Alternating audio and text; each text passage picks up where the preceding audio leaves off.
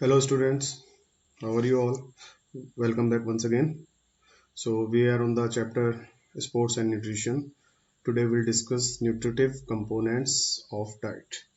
Before starting the topic, I want to say something, but please watch the videos carefully. Still very few students are watching. ठीक है, जो भी ये हो रहा है बेटा, जो भी मैं टीचर्स अपने इतने हार्ड वर्क कर रहे हैं, this is just because of you guys. आप लोगों के लिए किया जा रहा है. ठीक है, एज यू नो कि पेंडेमिक किसी को नहीं पता है कितना लंबा चलेगा, कब आपके स्कूल्स ओपन होंगे.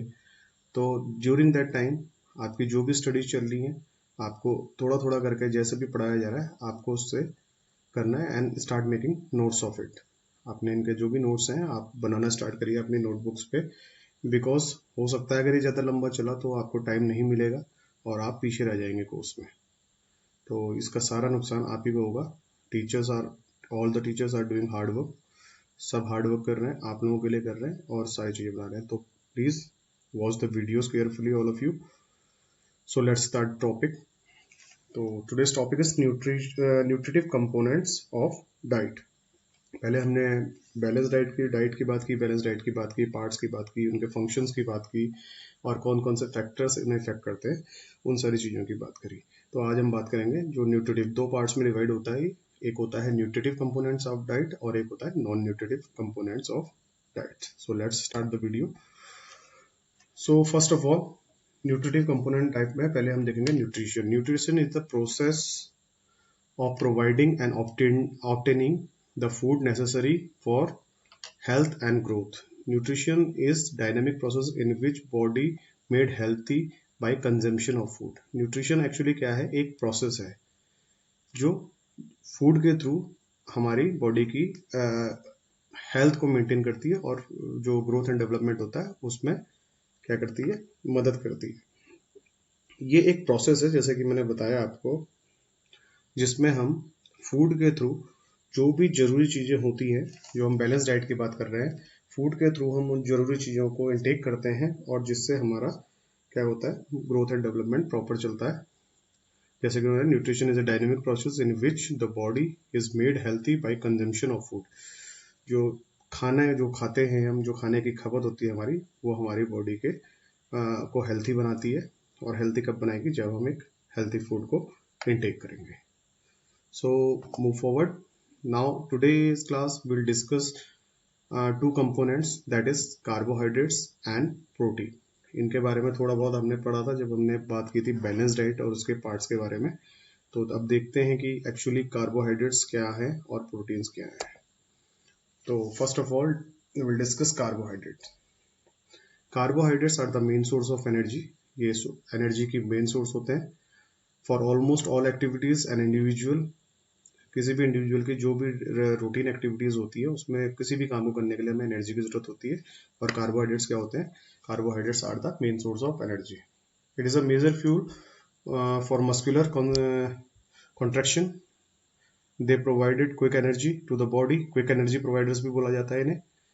And are not stored in our body. और ये हमारी बॉडी में ज़्यादा लंबे समय तक स्टोर नहीं रहते हैं. जैसे कि क्विक एनर्जी प्रोवाइड की बात की, तो जैसे ही क्विकली एनर्जी प्रोवाइड करते हैं तो ज़्यादा टाइम पे हमारी बॉडी, ज़्यादा समय तक हमारी बॉडी पे नहीं रहते हैं और क्विकली ये रिलीज हो जाते हैं बॉडी से. जैसे जैसे हम एनर्जी को अपनी खर्च करते जाएंगे वैसे वैसे हमारे कार्बोहाइड्रेट्स जितनी एनर्जी होगी हमें प्रोवाइड करते हुए खत्म हो जाएंगे.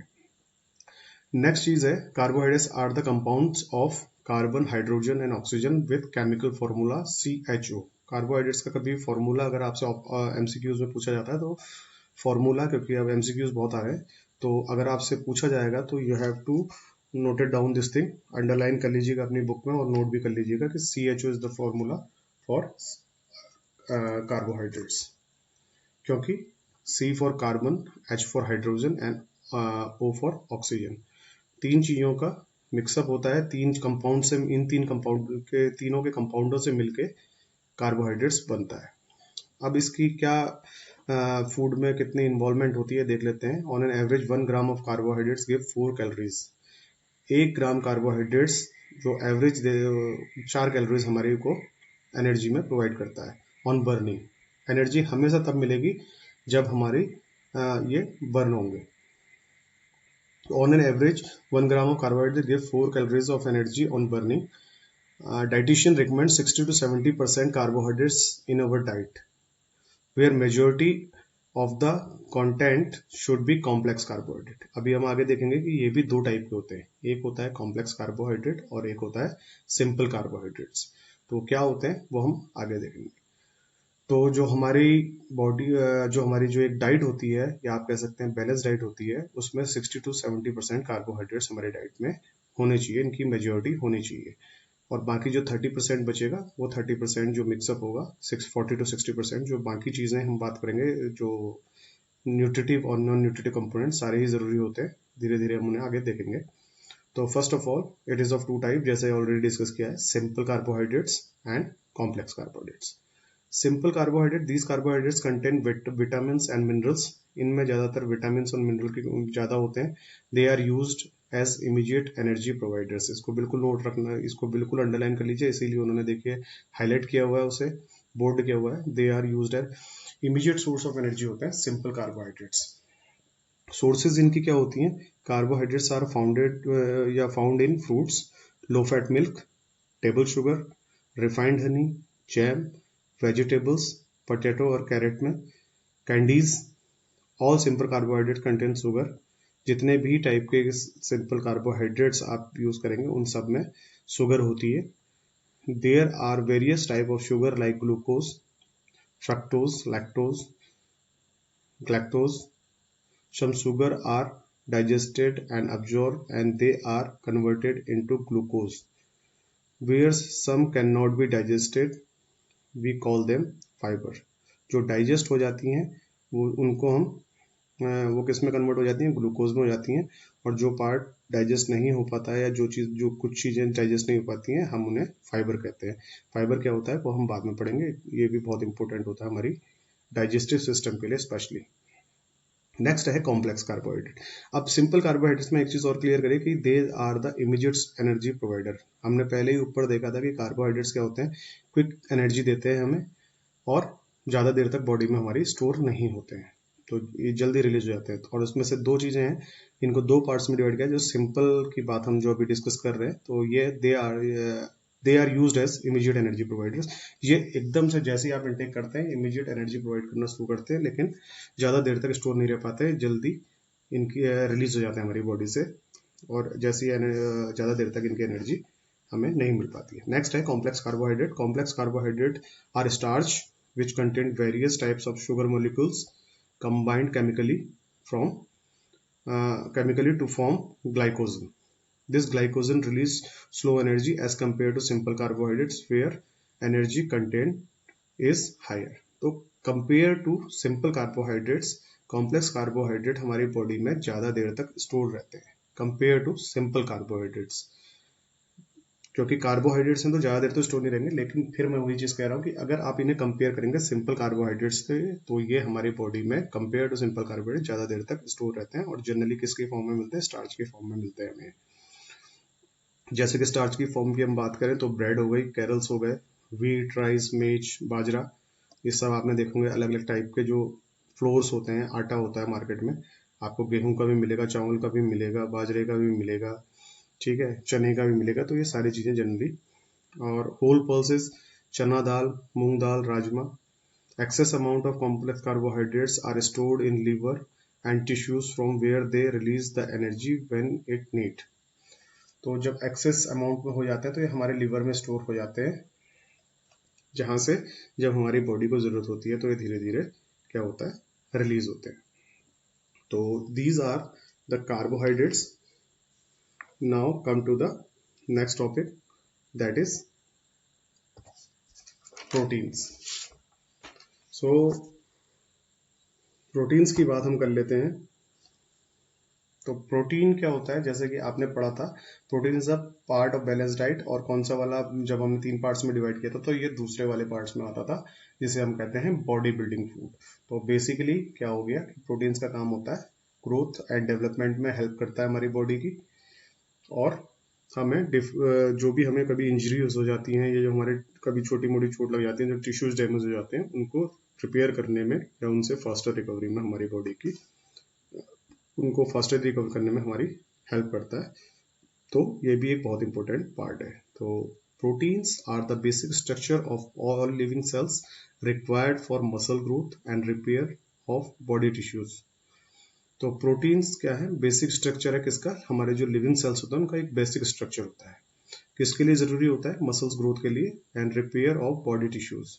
दे are complex organic compound which form of chain of amino acids that contain carbon, hydrogen and nitrogen. ये किसकी चेन होती है, अमीनो एसिड्स की चेन होती है, which come from the chain of amino that contain, उसमें क्या क्या चीजें होती हैं, carbon, hydrogen and nitrogen. Proteins are main components of muscles, ये मसल्स के मेन कंपोनेंट्स होते हैं। क्योंकि ग्रोथ एंड डेवलपमेंट की बात करेंगे तो सबसे इंपॉर्टेंट चीज जो हमारी बॉडी ग्रोथ एंड डेवलपमेंट में होता है वो होती है हमारी मसल्स। और मसल्स में बहुत सी आपने सुना होगा, टेंडन्स के बारे में सुना होगा, लिगामेंट्स के बारे में सुना होगा, क्योंकि जनरली आप बात करते हैं लिगामेंट डैमेज हो गया, टेंडन्स में ऐसा हो गया, तो ऑर्गन्स हो गया, ग्लैंड्स हो गए and all living body fluids like enzyme, hormones and blood. तो बेसिकली क्या होता है इसका काम, ग्रोथ एंड डेवलपमेंट का, जैसे कि सारी चीजों में हम बात कर रहे हैं तो ये सारी चीजों में होता है। Proteins are needed for growth and development, again they are repeating the same thing. It helps the repair और replace the worn out tissues. ये जो हमारे टिश्यूज डैमेज हो जाते हैं उनको रिपेयर करती है या उन्हें रिप्लेस करके नए टिश्यूज को डेवलप करती है। It does not provide energy in normal routine whereas it act as energy source only under extreme starvation. Starvation का मतलब भूख या भूखा रहना होता है। तो ये भी दो टाइप के होते हैं, लेकिन आगे चलने से पहले मैं आपको एक चीज क्लियर करना चाहता हूँ, दैट इज कि अगर आप प्रोटीन्स हमें बहुत इजीली किसी भी चीज से मिल जाते हैं, जैसे कि हमारी दालें वालें हो गई, जो भी दाल्स वगैरह आप खाते हो, आप पीनट्स खाते हैं, वो सेशनल वाले हों या मार्केट में पैक्ड हो, पीनट बटर हो गया, ये रिच सोर्स ऑफ क्या होते हैं, प्रोटीन होता है।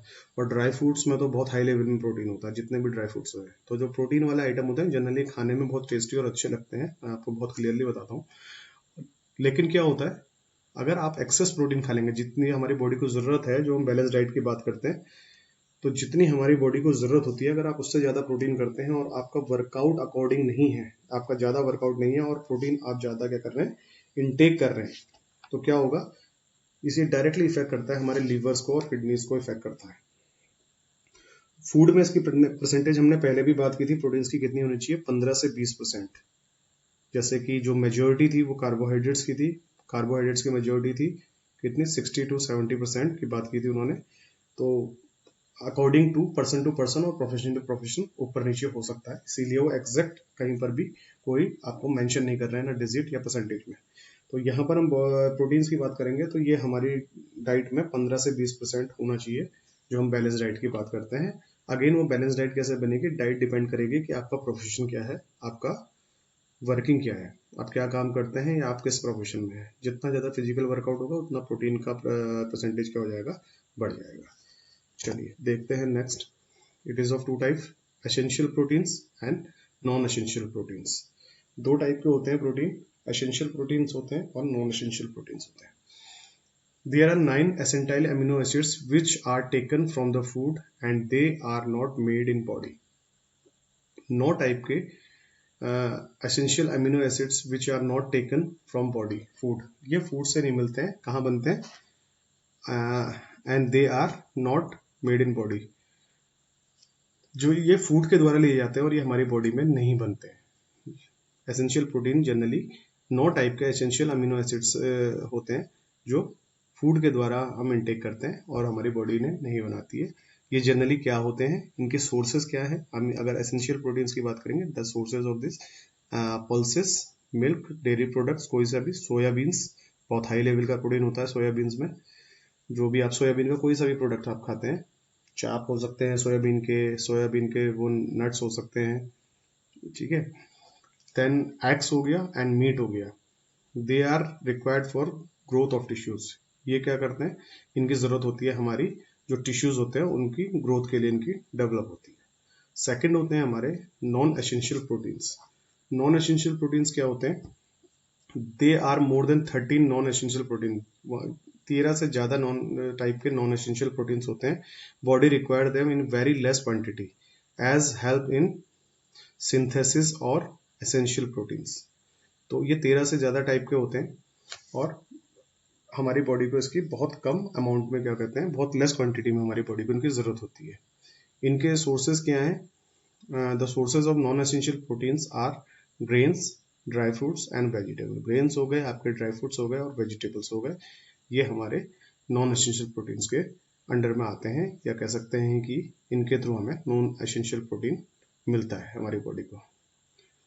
Protein requirement depends upon individual's activity on daily basis like tissue growth, injury, pregnancy, या आप कह सकते हैं dietitian recommend 15 to 20% of protein in our daily diet. तो देखिए वही चीज इसने भी दोबारा से रिपीट करी है. Protein requirement depend upon individuals activity on daily basis. आप डेली किस टाइप की एक्टिविटी कर रहे हैं. स्पोर्ट्स पर्सन है तो देखिए फिजिकल एक्टिविटी ज़्यादा होगी. फार्मर्स हैं या इस टाइप का कोई आप काम कर रहे हैं तो वहाँ पर आप ज़्यादा फिजिकल वर्कआउट करेंगे तो आप लोगों को प्रोटीन की ज़्यादा ज़रूरत होगी.